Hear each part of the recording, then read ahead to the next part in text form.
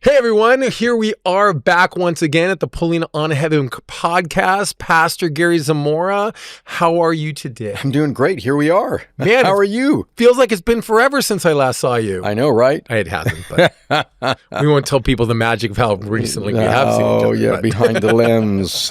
The magic of behind the lens. Thanks so much for having me on today. No, always. Thank you for sitting on the other side of this table. Oh, man.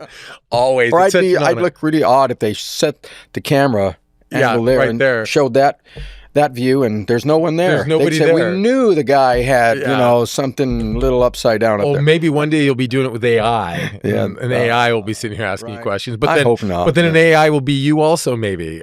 Yeah, that would be kind of strange. I hope let's stick with this. It's a much better setup. Yes, isn't it? this works better. But I do love the everyone that comes on as the guests that you have, because it's such a great diversity of not just the body of Christ, but the body at church and such great people. Yeah, God's brought into our lives and allows us to be a part in some small way, and we're just thankful. Great people, the body. PFC has we talk about this all the time. The congregation talks about how they just love the body. It's just people are. Sounds like I'm doing a commercial. I'm not. I'm just saying. Everybody. We didn't plan this. I didn't set him up to. It just feels good. My family and I would go home all the time and talk about just different individuals, how wonderful they are, instead of going back talking about what you dislike and tearing them apart. We go home all the time and say, isn't so and so has such a great spirit, such a great attitude, such a great heart. We have a loving body. I'm thankful for what God's given to us as a church family, as a body that we get to minister to, and people like you make all the difference in the world. Well, look, like I always say, and I gush too much about like the impact in my life and my family's life because of you is just amazing. And I wanted to, and what's also great, and what I think is what I enjoy so much about talking with you and getting to be on with you and everything. And I know that you feel the same way. Is just we have a great banter and a great relationship with each other, but also because it's just rooted and it goes so far back, and getting to kind of see my own growth as it along through the revelation as God has taken you from this subject on your heart to this subject to this subject to this subject, but then also when it comes back full circle, I have a point here. I'm going somewhere. I'm not just rambling on this. As it comes back full circle, and recently you used the great, and I thought it was really funny how you did it too, pulling your balloons out of your pocket. You used this fantastic analogy in talking about the balloons and about how one balloon being filled with air is different than the idea of having a whole bunch, and about this concept of we think we need more of something, and God's like, you don't need more, you need to make the most of it, you need to master, I think is a word that we talked about too, what you have, and the idea of one balloon, and as we talk a little bit more about that, I just thought, talking about now the full circle aspect, does it remind me of this idea that you once gave me a word way back in the day, I'd like to say it was only 6 years ago, because that's how old I couldn't be any older than that, but it was more like 20 years ago or more. But the word you gave me this word about, it's not about how many, it's about how mighty. Wow. And I think, I don't know if it's directly with that same word or another, but I remember also you talking about, and Bible talks about this, God told David not to number Israel, not to number his army, not to kind of measure what his might and how much that he had. Yeah, I did. And he did, and he ended up losing some battles because of that. Yeah. And we tend to look at, how much we have, what we have, and those are the very things that God says not to, and we overlook the things that he has given us to either steward over, or the very means, as you like to talk about, through which that deliverance or whatever he wants to achieve through, he places in our hand like the staff of Moses, and we a lot of times go, well, it's not this, it's got to be something else. Yeah, it's the volume of what you have at the present. So I think we titled the message "Mastering the Present." which means what is presently in your hand. God said to Moses, when God's sending him into Egypt to tell Pharaoh, let the people go. And that's all Pharaoh could do. He couldn't set the people free. He didn't have the power to set them free. He only had the power to let them go because God told him to. Mm-hmm. And that power originated solely from God. But God speaks to Moses at one point, and he says, what do you have in your hand? He asks Moses, and Moses says, a shepherd's rod. It's a staff, a stick. And a lot of times they had a little curl on the top because they'd use them to kind of pull sheep and stuff like that, because it's the shepherd's rod, shepherd's staff. And God said to Moses, because God was speaking to Moses, encouraging Moses in his power with God, and because God was with him, God says, I'm sending you. And sometimes we have the mentality, we tend to think I'm going, and God's going to go along with me. No, God's sending you. The Lord is my shepherd. He's sending me. I follow him. My sheep know my voice, and a stranger they'll not follow. So God says to Moses, throw the staff down. And I this is in my mind, okay, that Moses is thinking, this old shepherd's rod, God wants me to go and stand before the Pharaoh with his magnificent, blinged out staff, king's staff, a Pharaoh's staff, and, all the adornment that they had back in those days. I don't know if it's too dissimilar from what we have today in certain aspects of leadership. But so God says, throw your staff down. Moses does. And I can think in my mind that Moses may have thought, God's telling me to throw this away. Throw it down. I'm done. I'm finished with the shepherd's rod. He's going to give me a rod to overcome Pharaoh's. He's going to give me a more blingy rod, a more magnificent rod, a taller rod. It's going to have more what would God, throw this away? And we can tend to think that. God was telling Pharaoh, I'm going to do something with what is in your hand presently.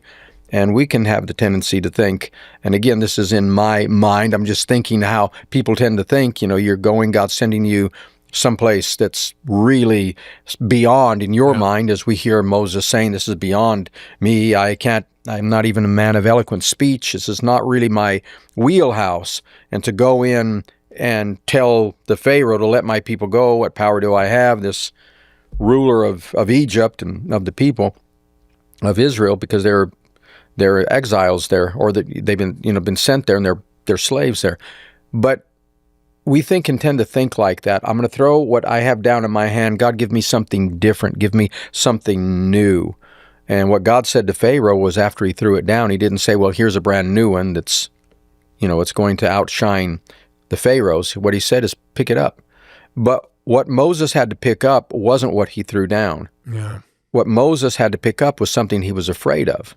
And that was really Pharaoh's attitude, or Moses' attitude going into Pharaoh. Was he was afraid. He was concerned. Can't speak well. They're not going to hear me. What proof and power do I have? And we can think like that. God, where you're sending me, what you want me to do, what proof, what power do I have to do what you've asked me to do? All I have is this one stick. All I have is this one, little job. I have a small bank account. I don't have many people behind me. People disbelieve me. My life, the past, I've failed. Nothing seems to work. You can all conjure up all kinds of ideas and thoughts that can really bring you down, discourage you. And Moses was discouraged at the time, and he was overwhelmed when God said, go to Pharaoh and tell him, let my people go. So God says, pick the staff up. And what the staff turned into was what Moses was afraid of. Turned into a snake. And God said, now take the snake up by its tail. Well, the word says that when his staff turned into a snake, Moses jumped back. So we knew he was afraid of it. But God says, pick up your fear. What you're afraid of, I want you to take. And I want you to take what's in your hand. I turned it into something different, but not what you thought. I didn't make it seem more appealing, more grand. But what I did is I made it look even more terrifying and more fearful. And I want you to take it up, because this isn't going to be based on your qualifications. You're going based on my word. I'm sending you. And God's sending you. God's sending you. Whatever God has called you to do, He's sending you. You're not going on your own volition. This is the word and the will of God. He's telling you to do what you're going to do, what He's commanded you to do, regardless of what it is. It can be one of a million different things with different people, but God wanted Moses to have confidence in his word, so much so that the first thing Moses had to overcome was his own sense of insecurity, his own sense of fear. And the way he did that, and the way God empowered him, was to use what was in his hand. Not what he didn't have, not what he would have liked to have had. God didn't say, I'm going to give you eloquent speech. God could have said that, could have done that. He said, I want you to believe that my word will be in your mouth. I want you to trust that I'm sending you. And that's God saying to us today. It's not something more than you already have that is great or abundant or really more or much. It's what you have in your hand. Mastering what is in your hand. Master the present. Whatever my hand finds to do it. I'm going to do it with all my might. That's what God says. And the real power in being successful in yourself, and not talking about how much or how many, successful in yourself, which means there's a sense of confidence for who you are and where you're going and what you're doing, regardless of the how many or how much, because you know you've been sent by God. Yeah. If God tells you to do it, you do it, and you're as successful as you can be, because the first step of success is being obedient and doing the right thing right. And that's when God says do it, and you do it. That's doing the right thing to its full. That's mastering it and doing it right. And mastery doesn't mean you bring something to an end. It means that you understand how to do it better and better, how to continue to do it over and over and over. And again, it's referred to in the Word as from glory to glory, from faith to faith. Well, you don't go from one faith to another if everything is right here. Yeah. This faith says, I can do it better. Now, maybe it's not even better. Maybe it's just different. But it's not what you're doing, it's why you're doing it. You're doing it by faith. You're mastering what is in your hand. You can never master the many until you master the one. You can never master the future until you master the present. You can never have the future you want until you master the present. All of your life's success will never feel successful, even if you achieve certain levels of what you may consider success, until you realize, I'm going to do what God has sent me to do. I am sent of the Lord. And that's all God was trying to get through to Moses. Moses, I'm not asking you to go and do anything based on who you are, what you have, where you've been, your education. And he was an educated man. But God said, I'm sending you by my word, and I am going to be with you. And the real abundance, we all think about, I'd like to increase, I'd like to have more of whatever, more business, more money, more fame, more songs out there, more. What is more? You know, there's just a lot of things, but more is volume. If you take a balloon, as I took last Sunday, I pulled out a balloon, and it was, you could say it was deflated. It really wasn't, because it had never been inflated. In order for it to be deflated, it would have to be inflated initially. Unflated. But unflated. There you go. It was unflated. I have to remember that. Is that a word? And you think about it not having any air in it, but any void, and a balloon has a void, has air. Has air, It's sure. just the volume of air. Gives it its expanse. Makes it what it was designed to be. A balloon is typically used, again, for celebrations. You know, it's kind of a celebratory item. But deflated or unflated, it doesn't look impressive. And you could have a handful. So it's kind of like when we're wanting God to give us more of what we already have in order to be successful. It's kind of like asking God to give you more non-inflated or balloons. It's more of non-inflated. Pre-flated? Pre-inflated. It's more of the same thing that you want to be different. Yeah. So you're not increasing your volume by mastery or by success. You're just kind of duplicating the problem. I have a balloon. That's really and it's not as big as I want. You know, I have a business, I have a ministry, I have a life, a family, a relationship. Is not what I want. But instead of believing God to be the fullness, to be the volume of what you have, we want God to just give us more. We think more means more abundant, means happier, more successful. But you're just multiplying the problem by however many times more you want God to give you whatever you're asking for, instead of saying, Lord, make me a master of what you've given me and put in my hand, whatever your hand finds to do. That one thing, be faithful over the least. Yeah. And I'll make you ruler over much.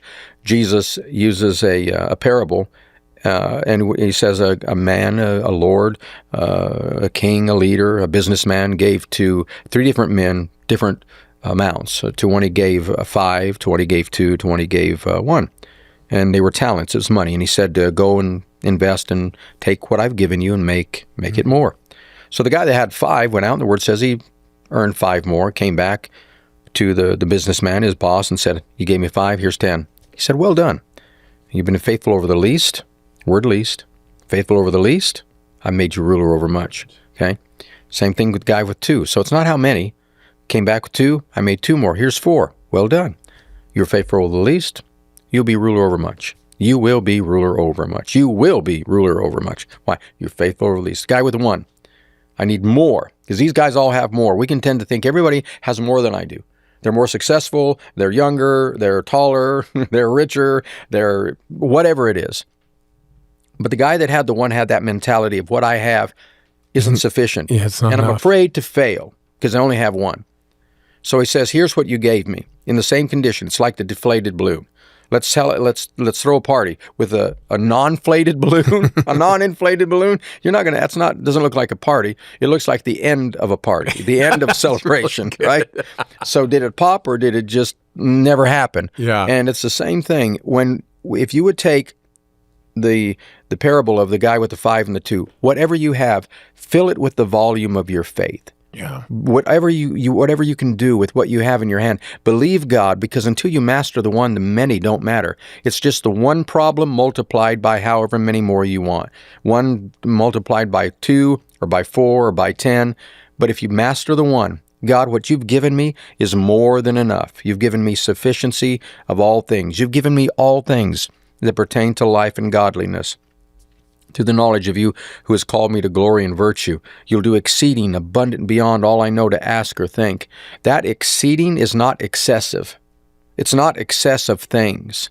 It's realizing that whatever God has placed in your hand is abundant if you fill it with the volume of faith in His Word, that what 1 thing is more than enough. And when you master that, God then gives you more to duplicate your success instead of asking Him to duplicate failures. Yeah. What I love about the analogy is so great. We were talking before. It's like if you walked in and it's kind of a bunch of people in a room and no one's very excited or fun. It's like, this doesn't feel like a party. And you pull out an pre-inflated, unflated balloon. A balloon with no air in it. And you just hold it there. It's not going to make anyone very interesting. Like, this doesn't make it feel any more like a party, right? So then you reach in your pocket and here's 10 inflated balloons. And it didn't feel not anymore, right? But if you blow up the 1 balloon, suddenly, someone's going to batter. I mean, it feels like a party. You instantly put a balloon puts a smile on someone's face, blown up. But 10 non-blown up balloons are not going to put a smile on anyone's face. Yeah. So $10,000 more dollars, $10 million more dollars. That's not the answer. No. It's how faithful are you over what God has placed in your hands? That is success. Success is when you can take the 1 and put your all into it. You think of music and you think of those bands that are called like one-hit wonders. Right. Like, right. And usually most people talk about one-hit wonders like very derisively, like, oh, they were just a one-hit wonder. Right. However, for a lot of them, that one hit has caused them to have an amazing lifestyle and retire without having to do anything else again work-wise. Whereas you got other musicians that they've spent their whole careers making good music and never had a single hit. It was like, oh man, if we could have only had 1 hit, just 1 hit would have changed everything. So again, it doesn't matter that you got to record 1 million songs if it didn't connect with people in the same way as the person who's only got the 1 hit. Yeah, it's so true. If you can look at the 1 thing and say, I mastered it. Well, what do you mean? You made it what? Better than anybody else's? No, I made it the best that I knew. I made it the best by my faith. I remained consistent, and I still to this day remain consistent. If you will, I keep singing that same song, remembering that was the 1 that I was faithful over. That was the 1 that got recognition. I went into, I love to tinker. What is the term? Something of many.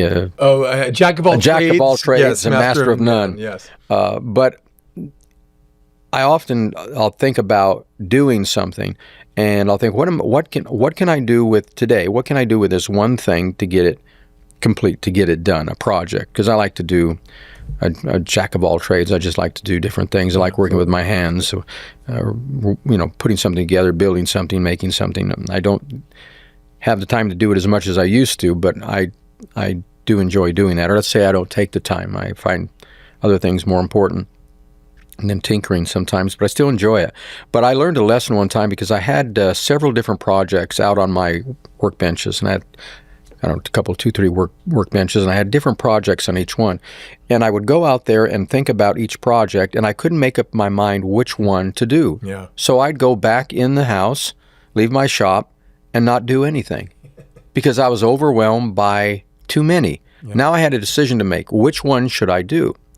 Instead of just having one project on the table, going out there and saying, I'm going to finish this, I created an issue for myself. And we do that in life. Yeah. God, if we would do this and we do that, just a one thing. And the first thing to perfect is our confidence in who He is in us. My confidence, Lord, is today what I'm going to perfect is hitting my knees, whether I'm literally on my knees or not. I'm going to perfect coming before you first and foremost. Perfect. What do you mean? I'm going to do it the best I know, and I'm going to keep doing it. And every day, I'm going to perfect it. Every day, it's going to be complete and perfect, because perfection really is complete. And the Word says, now we are complete in Him. So when you say, I'm not perfect, well, you're actually contradicting the Word of God. The Word says, you are complete, Greek word, perfect. You are complete in Him. We just have to get us out of the way. Because it's no longer I that lives, the Word says, but Christ that lives in me. Stay focused there. If you take the one thing, today I was successful. I sought God. Today I was successful. I gave Him first attention, first thing in the morning. There's so many things. I was faithful over my word. I blessed someone when I could have cursed someone. I called them blessed and when I could have called them a name because they didn't treat me correctly. They treated me badly. The power is within your hands. Whatever your hand finds to do it with all of your might. And if all you have is a word, that's still something to perfect. Master the present, and you'll have the power to experience a successful future. That's the key. What God has placed in your hand, be faithful over the least, and God will make you ruler over much. And not only that, but consciously in your mind, you know, I fulfilled that one project. So I took all the projects off my table. Did the one. One project on the table, and guess what happened? Got it done. Whereas I've had projects sitting out on my workshop, on my workbench for years, literally, because I had several of them, and I couldn't figure out which one to do. And then you pull out another one thinking, I just saw this and I'd really like to do this. I'd like to build this, or I'd like to, and you can end up doing the same thing until you make up your mind. You're going to take that one thing that's in your hand, that staff that's in your hand, and say, God, you and me, with this staff, this one thing, I'm going to inflate my balloon. I'm going to lift up my staff. God said to Moses, just stretch that staff over the sea. Just stretch it over the waters. And you know what God called that staff? Once Moses believed God had sent him, called him the staff of God, not the rod of Moses. Wow. And it's the staff of God in your hand when you take your faith and you say, this is what God has placed in my hand. This is my balloon. The abundance isn't how many. Abundance is the volume in that one balloon. Yeah, wow. And I think, when it really boils down to it, if you think about it, what's the one thing that all of us are given is we're all given today. And if you apply it even from that perspective, that idea, so much of the time, this is the day Lord has made, I'll rejoice and be glad in it. And this is the greatest day of your life. Well, how can you say that? Well, this is the day that you have. And so much we think that God's, whatever it is, whether it's something we're supposed to accomplish, whether it's change our own life, we're always putting those off to another day because it can't be today because there's problems with today. Yeah. So I need a better day. I need a different day. I need another day. I need an additional day when that staff, that balloon, that thing that we have to fill, regardless of everything else, we all have today to fill it with something, with the faith of believing that there's purpose in what today is. Well, how many times do people go to bed at night feeling like I didn't accomplish anything? You should never do that. You should always go to bed at night saying, I accomplished something really important. I sought God. I declared the blessing and the favor of the Lord. I was a successful worshiper today. Today, God is with me. You know, we've talked, you and I have talked a lot about this, talking about Jesus coming soon, Jesus coming soon. Okay, but what about today? Soon isn't good enough for me. No. I don't want Jesus coming soon to be my hope. I want Christ with me, the hope of glory. So however and whenever the great day of resurrection is revealed, I say, we did this together. It's not like I feel he's coming for me. I feel like he's coming with me, because he said we're seated with him in heavenly places. It's not about soon. It's not about I'm almost there. It's about I am right where God wants me. Being faithful over the moment that you're in, mastering the present. This is the day God has made. I'll rejoice right here and right now and be glad in it. What did Jesus say? What did he say? He said, don't take thought for tomorrow. Don't say tomorrow. This is the day. Master the present, and you'll be able to master the future. Man, I don't know that there's more to be said. There's lots more to be said, but I mean, my gosh, anything more, I think at this point risks diluting the power of what that is. And it is so true. It's such a great analogy. I encourage everyone, if you have not seen that message, I'm not exactly sure when this airs, but that was June 8th, 2025, and then also the previous Sunday, which had been June 1st, 2025, is when you talked about the balloons, and I think it's really powerful, and I think it applies on so many different levels of how God wants us to see him, what he can do, what he wants to do, how he wants us to believe and trust him for what he says is sufficient versus what we think is sufficient. Well, and we're walking in faith with the word that says, I've given you all things. Yeah. He didn't say, I'm giving. Yes. He said, give in. It's the present tense. I've given it to you. So find what that is. It's there. Even if it's just a word in your mouth, a song in your heart, praise, encouraging someone, whatever that staff is in your hand, use that one, the one you have right now. Great word. Thanks, Pastor. Thank you, Steve. Until next time, everyone, take care.